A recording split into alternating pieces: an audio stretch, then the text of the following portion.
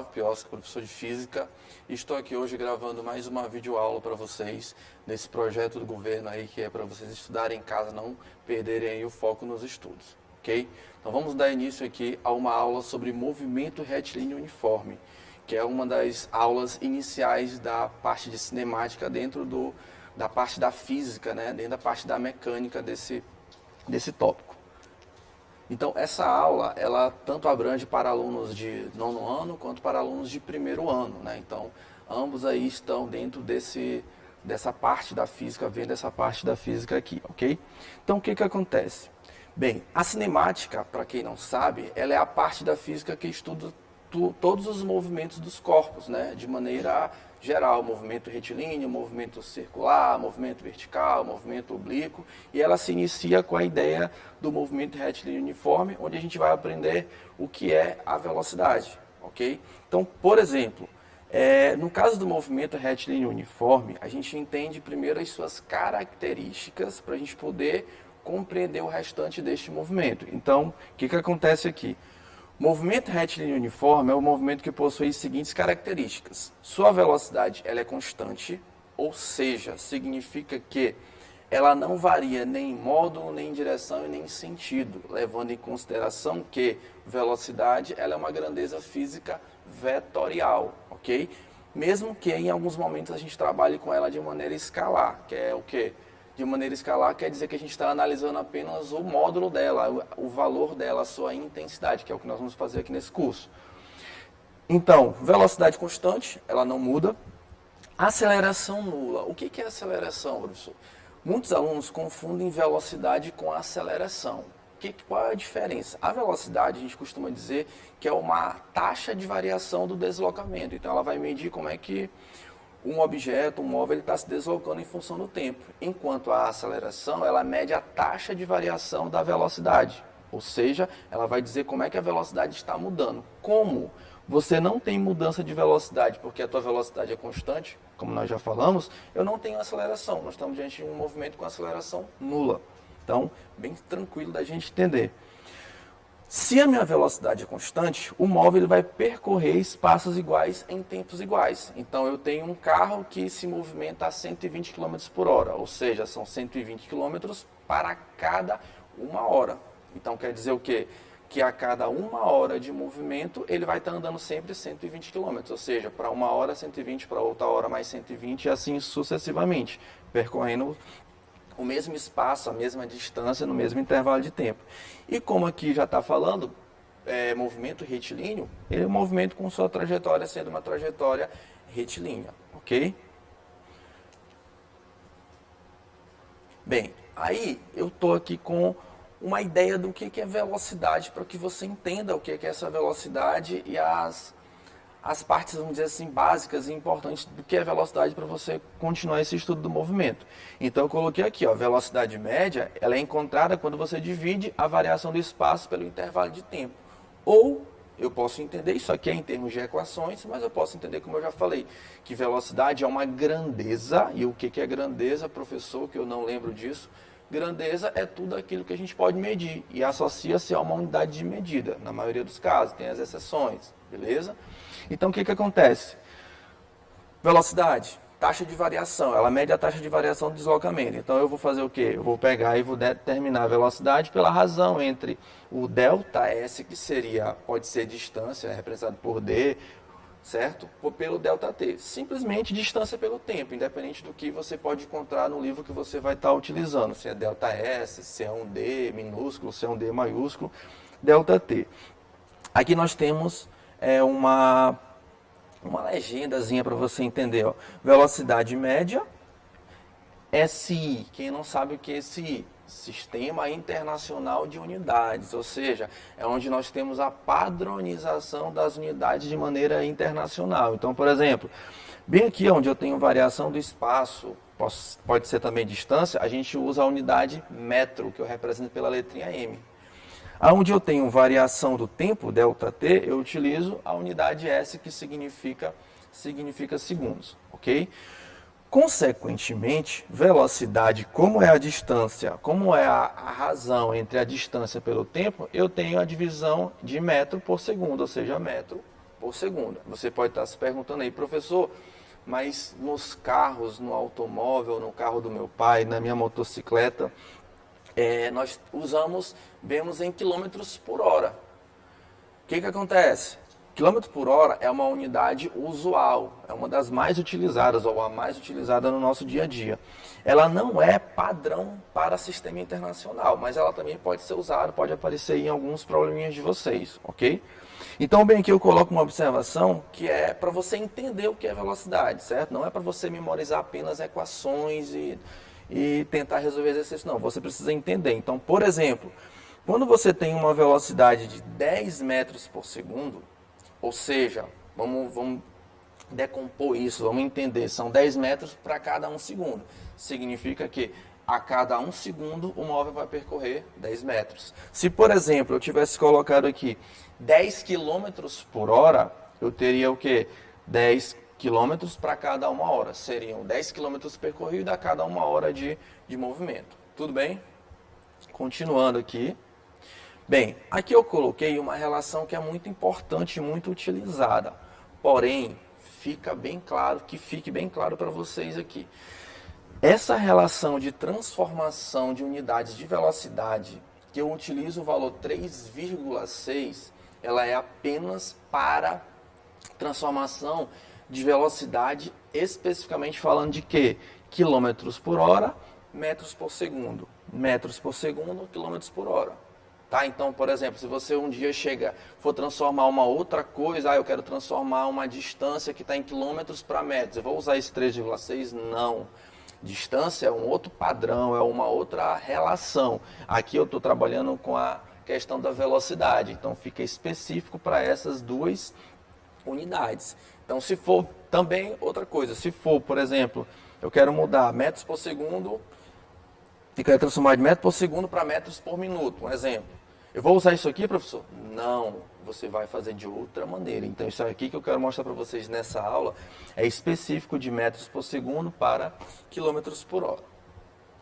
Então, de metros por segundo para quilômetros por hora, eu vou pegar esse valor aqui e vou multiplicar por 3,6. E de quilômetros por hora para metros por segundo, eu vou dividir pelo valor 3,6, ok? Bem, aqui eu tenho um primeiro exemplo para que você entenda essa ideia de velocidade antes da gente falar de fato da equação ou da função do movimento uniforme. Então, para você entender aqui, considere que Roberto, em suas caminhadas de 2.000 metros para manter o seu condicionamento físico, desenvolve uma velocidade média de 5 km por hora. O tempo gasto para percorrer essa distância é de... Então, vamos lá. Eu vou retomar aqui, ó. Só para você lembrar de uma coisa aqui, ó. Muitos alunos, eles acabam, tendo a ideia de que essa equação, ela serve apenas para a gente calcular a velocidade média. E não é isso. Toda e qualquer equação, ela vai servir para você achar qualquer incógnita que esteja nela. Então, por exemplo, aqui eu tenho 3 variáveis aqui. Eu tenho variável velocidade, distância e tempo. Então, eu posso... A questão pode pedir para você, por exemplo, calcular uma velocidade, aí você vai dividir a distância pelo tempo.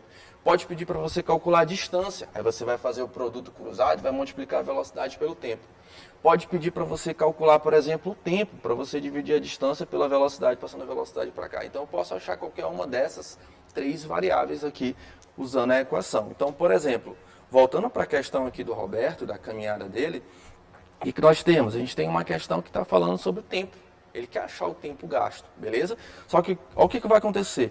Olha as unidades que estão aqui, ó. As unidades que estão aqui, elas estão em minutos, ó. Qual foi a unidade de tempo que apareceu no meu problema? Apareceu a unidade de tempo hora, bem aqui, ó. 5 km por hora. Então, eu vou ter que ter um cuidado com as unidades aí.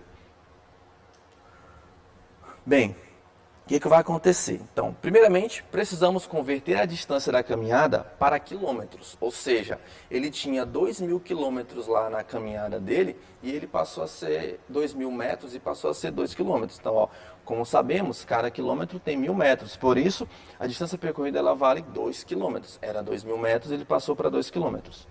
Em seguida, basta utilizar a equação da velocidade e multiplicar o resultado por 60, já que cada hora tem 60 minutos. Ou seja... O que acontece? Bem aqui você está olhando aqui o 5, que é 5 km por hora, E a distância eu passei para quilômetros, ou seja, quilômetros por hora, a distância em quilômetros, beleza, está correto. Aí o meu tempo eu vou achar em hora, porque está quilômetros por hora, a distância em quilômetros. Então o tempo vai ser em hora, é o que vai sobrar aqui, ó. Meio pelos extremos, produto cruzado, não é isso? Aí você vai passar os 5 para cá e você achou 2/5 de hora. E 2/5 de hora são quantos minutos? Bem, 1 hora tem 60 minutos. Eu vou pegar o valorzinho, vou multiplicar pelos 60 aqui e vou encontrar os 24 minutos. Ok? Então, de acordo com o cálculo, o tempo necessário para Roberto realizar é um tempo de 24 minutos. Tudo bem? Então, cuidado com as unidades. Tá bom? As unidades precisam... Eu não posso pegar uma questão que, por exemplo, a velocidade esteja aqui como essa, em quilômetros por hora, e a distância esteja em, por exemplo, metros. Quilômetros e metros da mesma equação, do jeito que está a equação, não vai dar a resposta correta aí, beleza? Bem, o que mais que vocês precisam saber desse tipo de movimento retilíneo uniforme? Bem, eu sei que é um movimento que ocorre com velocidade constante, só que ele obedece uma determinada classificação. Que classificação é essa, professor? Bem, o nosso movimento, ele pode ser classificado em movimento progressivo ou movimento retrógrado, que é o que vai estar aqui na frente. Qual é a diferença? O que acontece? Isso aqui a gente pode dizer o seguinte: essa classificação ela só existe se você tiver uma trajetória orientada. O que é trajetória orientada, professor? Trajetória orientada é você imaginar você se movimentando na sua cidade, por exemplo, tendo placas. Por exemplo, bem aqui, ó, nós colocamos uma representação que vocês podem observar que está orientada para a direita e as plaquinhas estão aumentando. Ó, 0, 2, 4, 6. Entende? O objeto, o móvel, ele está se movimentando com a mesma velocidade, ó, velocidade constante. Ó, e ele está seguindo o sentido crescente da tua trajetória. Por isso, é progressivo, ele está progredindo nessa trajetória em relação às suas posições, tudo bem? E aí o que vai acontecer? Quando eu for trabalhar a parte de cálculo, a minha velocidade ela vai ser positiva. Por quê? Porque o deslocamento, a variação do espaço dele, que é o ΔS, ele vai ser um ΔS positivo. Então, movimento progressivo, eu estou movimentando, ou o móvel se movimenta no mesmo sentido da trajetória, velocidade considerada positiva, ou no sentido crescente da trajetória, também como eu coloquei aqui para vocês. Quando eu passo para a classificação de um movimento retrógrado, o que vai acontecer? O móvel se desloca no sentido oposto ao da trajetória, ou seja, no sentido decrescente, ele está voltando na trajetória. A trajetória ela continua sendo a mesma do slide, né, anterior, 0, 2, 4, 6, só que ele está voltando na trajetória. Quando ele volta na trajetória, eu considero que ele está em movimento retrógrado, ele está voltando, sua velocidade é uma velocidade considerada nas minhas continhas negativas. Aí a gente vai tirar uma coisinha da cabeça de vocês. Professor, então velocidade negativa eu vou considerar quando o meu carrinho ele está andando de marcha ré, por exemplo, aí eu vou dizer o quê? Não. A ideia de velocidade negativa é apenas uma questão de sentido que você adota na sua trajetória, ok? Apenas isso. Não existe no nosso dia a dia eu considerar um carro com velocidade negativa. Eu vou adotar nos meus probleminhas a velocidade negativa se ele tiver uma trajetória orientada e ele tiver no sentido oposto dessa trajetória. Não tem nada a ver com o carro estar andando de ré, ok? Outra coisa importante, observem que só tem sentido esse tipo de classificação se eu tenho uma trajetória orientada. Aí você vai perguntar, professor, aqui na minha cidade, aqui em São Luís, aqui em qualquer outra cidade aqui, como é que faz para ser progressivo retrógrado? Como é que seria isso? Tu teria que ter posições marcadas na tua trajetória, entende? Então, por exemplo, se eu pegar aqui a cidade de São Luís, você vai colocar, vamos supor, você vai pegar um bairro qualquer e desse bairro qualquer até um shopping qualquer, você vai colocar placas marcando 0, 1 quilômetro, 2, 3, aí eu teria trajetória orientada, eu poderia até classificar. Caso contrário, não teria muito sentido ter essa classificação, ok? Bem, aí eu venho para a parte da função horária desse tipo de movimento. O que é isso? Vamos entender primeiro o seguinte, quando a gente trabalha com uma função, é quando eu tenho duas variáveis, certo? que elas estão mudando, variando no caso, uma em função da outra. Quando eu falo função horária do espaço, horária quer dizer de tempo e espaço quer dizer de posição. Então é muito simples a gente entender que a função horária seria então a relação da variação do espaço em função do tempo. Espaço ou a posição que você se encontra em função do tempo, ok? Então, a função horária da posição ela é encontrada substituindo ΔS por S menos SO na equação da velocidade. Ou seja, aqui é apenas uma pequena demonstração que não é uma nova equação, são várias, é mais uma equação para que você possa memorizar. Não, é a mesma equação, só que ela só está de maneira diferente. Ó. Eu peguei a equação da velocidade aqui, ó, e ΔS, como é a variação do espaço, que é o espaço final menos o espaço inicial. Então eu coloquei aqui, fiz meio pelos extremos e passei o SO para ele, passou positivo. Eu fiquei com essa equaçãozinha bem aqui, ó. Ou seja, equaçãozinha ou função horária do espaço. O que é importante entender? Que é função, ou seja, é uma coisa variando em função de outra coisa. Professor, mas aqui eu tenho 4 variáveis. Eu tenho o S, eu tenho o SO, eu tenho o V e eu tenho o T. O que significa cada um deles? S, espaço final, SO, espaço inicial, V é a nossa velocidade e T é o tempo. Bem, eu preciso de 2 variáveis, função horária do espaço. Quais são as variáveis? Vai ser o espaço final, porque o espaço inicial é de onde inicia o movimento. Então ele vai iniciar o movimento de um determinado ponto e é daquele ponto que ele iniciou e não vai mudar. Agora, durante o decorrer do tempo, ele vai atingindo posições diferentes. Ou seja, essa posição final dele aqui, ó, ela é uma variável. É ela que vai estar variando em função do tempo. O tempo não para, o tempo vai estar transcorrendo. Então, eu vou ter a relação, a variação do espaço em função do tempo. Então, o tempo vai passando e o espaço também vai ou aumentando ou diminuindo. Não sei, porque depende da classificação do movimento que nós vimos no slide anterior. Só sei que ele vai variar, só sei que ele vai mudar. Professor, e a velocidade? Ela é constante. Nós falamos isso no início da aula, não foi? Não podemos esquecer. A principal característica do movimento uniforme. Lembra de uniforme, de ser sempre igual, ok? Então, velocidade constante.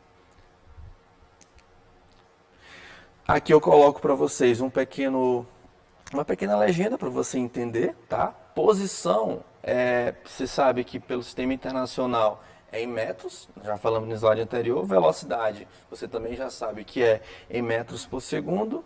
E aqui eu tenho o meu tempo, que ele é dado em segundos, ok? Eu vou colocar um exemplo para você entender essa questão aqui da função horária melhor. Então, o que acontece? Um móvel em movimento retilíneo uniforme apresenta a seguinte função horária: S igual a 20 mais 3T. Considerando que os valores estão no Sistema Internacional de Unidades, determine. Ou seja, se os valores estão no Sistema Internacional de Unidades, galera, significa que está tudo em metro e está tudo em segundo. Tudo que eu falo é posição em metro, tempo em segundo, velocidade em metro por segundo. Está tudo ok aqui nessa situação em relação às suas unidades. Vou fazer uma pergunta para vocês. Qual é a velocidade do móvel e qual é a posição inicial? Ó, bem aqui na letra A, ele pede exatamente a posição inicial, ó, do instante inicial. Eu vou fazer a outra pergunta. Qual é a posição inicial e qual é a velocidade? Se você fizer apenas uma comparação, você vai colocar assim, ó, S, aqui seria o SO e aqui seria a velocidade. Então, quem é o meu SO? Quem é que está no lugar do meu SO? É o 20, ó. 20 metros é a posição inicial dele. Ou seja, ele está saindo de um lugar onde a posição inicial está marcando 20 metros daquela trajetória que foi orientada. Quanto vale a sua velocidade? 3 metros por segundo, porque é V, volta bem aqui para você lembrar, ó, V vezes T. Então o T está lá, quem é que está coladinho com o T multiplicando o T? É o 3 metros por segundo, beleza? E faço uma outra pergunta aí, ó. Qual é a outra pergunta, professor? Classifica esse movimento: progressivo ou retrógrado? E você vai entender, eu tenho certeza disso, que é um movimento progressivo pelo sinal da velocidade. Lembra que o progressivo lá atrás eu falei que a velocidade ela é positiva e o retrógrado, a velocidade vai ser considerada negativa pela questão do sentido da sua trajetória? Olha o mais aqui, ó, meus amigos. Ó, mais 3, ou seja, velocidade positiva. E a letra B, ele pergunta qual é a posição após 50 segundos, ou seja, qual a posição que ele vai estar quando o meu tempo for de 50 segundos, considerando que o início do movimento quando o tempo for igual a zero. Então, tempo igual a zero é quando se inicia esse tipo de movimento. Ok? Letra A aqui que eu já respondi, né? Comparado a função dada com a função horária, vimos que o valor da posição inicial é igual a 20 metros, ou seja, é apenas uma comparação para responder a letra A. Na letra B, você vai fazer uma substituição, né? É uma função do primeiro grau, tá ok, galerinha? Então, para você que já viu função aí na matemática, aí, é uma função do primeiro grau, uma função afim. Então, eu tenho aqui, ó, S igual a 20 mais 3, aí teria o T. O que você vai fazer? Você vai substituir o valor do T lá. Coloca o 50 aqui. 3 multiplicado por 50 vai ser o quê? 150 mais os 20 aqui do lado, 170. Ou seja, ele vai sair da posição 20, mas depois de transcorridos 50 segundos, ele vai estar na posição 170. Bem, aqui eu tenho outro exemplo a respeito dessa função horária, tá? Então prestem atenção aí, ó. Um móvel com velocidade constante percorre uma trajetória retilínea a qual se fixou um eixo de coordenadas. Sabe-se que no instante t igual a zero, que é o instante inicial, TO igual a zero, a posição do móvel vale 500 metros. Ou seja, tempo inicial 0 segundos e ele está na posição 500 metros. No instante t igual a 20 segundos, a posição vale 200 metros. Determine, vamos lá, letra A, a velocidade do móvel, letra B, a função horária da posição, letra C, a posição nos instantes t igual a 1 segundo, letra D, o instante que ele passa pela origem das posições. Vamos fazer com calma e por partes aqui. Letra A, qual é a velocidade do móvel? Bem, vou usar a equação simples de velocidade. Nós aprendemos, eu retomei lá para vocês esse assunto de velocidade no slide 2, se eu não estiver enganado. Velocidade, ΔS sobre ΔT. O que acontece? ΔS, variação da posição. Olha lá onde ele sai. 500, ele vai para a posição o quê? 200. Tu tá observando que ele está voltando, ó. Ele estava numa posição 500 e voltou para uma posição menor. Então ele voltou na trajetória. Daí eu já entendo que eu estou diante de um movimento retrógrado, que minha velocidade ela vai dar negativa quando eu for calcular ela. Aí o que vai acontecer? ΔS, posição final menos posição inicial, sobre o tempo. Bem, o tempo, a variação do tempo sempre vai ser para o maior, no caso aqui, ó, de 0 para 20. Então ficaria tempo final menos tempo inicial, 20 menos 0. Eu passo a ter 200 menos 500 sobre 20 menos 0. Ficando menos 300 para 20, isso vai dar menos 15 metros por segundo. Velocidade negativa, o que implica um movimento retrógrado. Bem, tranquilo, calculou velocidade, resolveu. B, qual é a função horária, ou seja, qual é a função da posição? Lembrando que esse movimento ele só tem uma função, tá bom? Não tem, depois a gente vai ver outros movimentos com mais de uma função. Aqui é só uma que é a função do espaço que nós vimos ainda agora, que alguns professores costumam chamar de função do sorvete. Então aqui a gente tem aqui, ó, qual é a função da posição? Escreve ela. E quando você vai escrever a função, você vai colocar apenas os valores que são fixos ou que são constantes, ok? Então, quem são os valores constantes? É a posição inicial, que é de onde ele sai, e a velocidade dele, que ela é constante. Posição inicial, tu já viu lá que vale 500 metros, coloquei 500, e a velocidade vale menos 15, que foi o valor que nós calculamos aqui na letra A. Então, eu tenho a minha função horária, S igual a 500 menos 15t, beleza? Letra C. Qual é a posição nos instantes t igual a 1 segundo? Fiz isso no exemplo anterior. Você pega a função que você respondeu, você já achou a função na letra B. Está aqui, ó, 500 menos 15 vezes t. Eu vou pegar o t 1 segundo, vou colocar bem aqui, t igual a 1 segundo. Eu vou ter S igual a 500 menos 15 vezes 1. Então, vai ficar, subtraindo 15 vezes 1 vai dar 15, fazendo a diferença, eu vou ter 485 metros, seria a posição que ele vai ocupar no instante de 1 segundo. Ou seja, lembrando que ele está voltando, que o movimento ele é retrógrado. Aqui, uma outra pergunta interessante. Ó. O instante que ele passa pela origem. A origem que ele fala é a origem das posições, tá ok?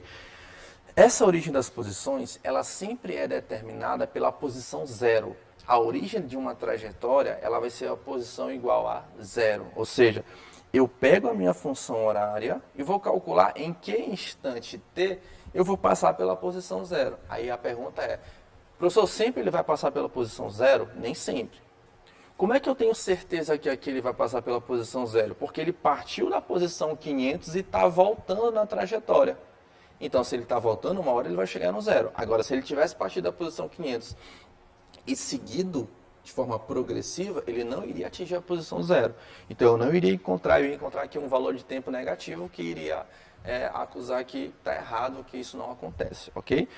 Então, coloquei o zero aqui, ó. Zero igual a 500 menos 15t, que é a minha função. Passei o 15t para cá, ele veio positivo. Depois eu passei o 15 para cá, dividindo, vai dar um valor próximo de 33 segundos. Seria o tempo que ele vai demorar para chegar no ponto de origem, ok? Aqui eu coloquei um último exemplo sobre questões de encontro de móveis, certo? Que vocês precisam ficar atentos em relação a isso. Encontro de móveis, ou seja, as perguntas geralmente elas são assim, ó. Quanto tempo um móvel vai demorar para encontrar outro? Quando eu tenho dois móveis em uma determinada situação, vai demorar tantos segundos? Em que posição é que eles vão se encontrar? Então aqui a gente tem o seguinte, dois carros, A e B, encontram-se sobre uma mesma pista retilínea, com velocidades constantes, no qual a função horária das posições de ambos para um mesmo instante são dadas a seguir. Então eu tenho aqui a função horária do móvel A, que é SA igual a 200 mais 20t, e a função horária do móvel B, que é 100 mais 40t. Com base nessas informações, responda as questões abaixo. O que vai acontecer? Dois móveis, cada um tem sua função horária. Observem também que ambos estão de forma progressiva, porque aqui é mais 20 a velocidade de um e aqui é mais 40 a velocidade do outro. Aí a pergunta da letra A ela é bem interessante, porque ela fala assim, ó, é possível que o móvel B ultrapasse o móvel A? O que vai acontecer? B pode ou não ultrapassar o móvel A? Bem, primeiro, B está mais rápido, está com uma velocidade maior, a taxa de variação dele é maior. Olha a velocidade dele aqui, ó, 40, ó. A velocidade de A é 20, então a velocidade de B é maior, beleza. Agora, B está atrás de A e está indo para o mesmo lado de A? Sim, porque ambos estão progressivos, mais 20, mais 40, velocidades positivas, eles estão indo de forma progressiva, eles estão indo no mesmo sentido do movimento deles. Com relação à posição, olha a posição de A. A está na posição 200. É como se o A estivesse indo para cá, saindo da posição 200, e o B está na posição 100. Então, o B está logo atrás. Ou seja, se o B está logo atrás, eles estão indo para o mesmo sentido e o B está mais rápido, esse encontro vai acontecer de fato. Okay? Então, de fato, isso vai acontecer. Porque eles estão indo no mesmo sentido, porque o B está numa posição atrás e porque o B está com uma velocidade maior. Então, eu posso justificar de várias maneiras aí, né? Então, letra A, solução. Sim, pois a posição do móvel B ela é anterior à de A, e B possui uma velocidade constante maior do que a de A, estando eles em uma mesma trajetória retilínea, dentro de um intervalo de tempo ΔT, e B irá passar por A, e ambos no mesmo sentido, para complementar. Aí o que é interessante aqui, ó. Letra B, determine um instante em que o móvel B alcançará o móvel A, caso isto aconteça, né? Caso este alcance esse outro móvel. O que vai acontecer? Para a gente determinar essa situação de encontro, as posições finais elas devem ser iguais, certo? As posições finais elas devem ser iguais. Ou seja, a posição de A ela tem que ser igual à posição de B. Aí você vai igualar a função. Quem é SA? Se você voltar lá, ó, SA é 200 mais 20t. Então você vai ter 200 mais 20t igual SB, que é 100 mais 40t. Igualando aqui as funções, você vai passar esse 20, ficou aqui, foi para lá, na verdade, negativo, né? Faz a diferença aqui da 20t, e o 100 passa para cá também negativo, fez só a inversão aqui da equação, que deu 100. Passando o 20 dividindo, eu vou ter um tempo de encontro de 5 segundos. E para fechar e complementar, não foi colocada aqui a letra C, mas a letra C poderia ser o quê? Qual a posição de encontro? Bem, se eles demoram 5 segundos para se encontrar, qual seria a posição de encontro deles? Em que lugar eles iriam se encontrar? Você poderia simplesmente chegar aqui, ó, e colocar em qualquer uma das funções o tempo 5. Se eu botar tempo 5 aqui, ó, 5 vezes 20 vai dar 100, mais 200, 300. Se eu botar 5 aqui, 5 vezes 40 vai dar 200, mais 100, 300. Vai dar a mesma coisa, porque eles estão, nesse momento, eles estão na mesma posição. É o momento de encontro deles, ok? Então, pessoal, é isso, certo? Fiquem em casa, fiquem com Deus, acompanhem as aulas pelo site da Seduc, pelo YouTube, pela Rádio Timbiras, pelo canal da Assembleia, tá? Foquem nos estudos, não percam o ritmo de vocês. Fiquem com Deus e fiquem em casa. Um abraço.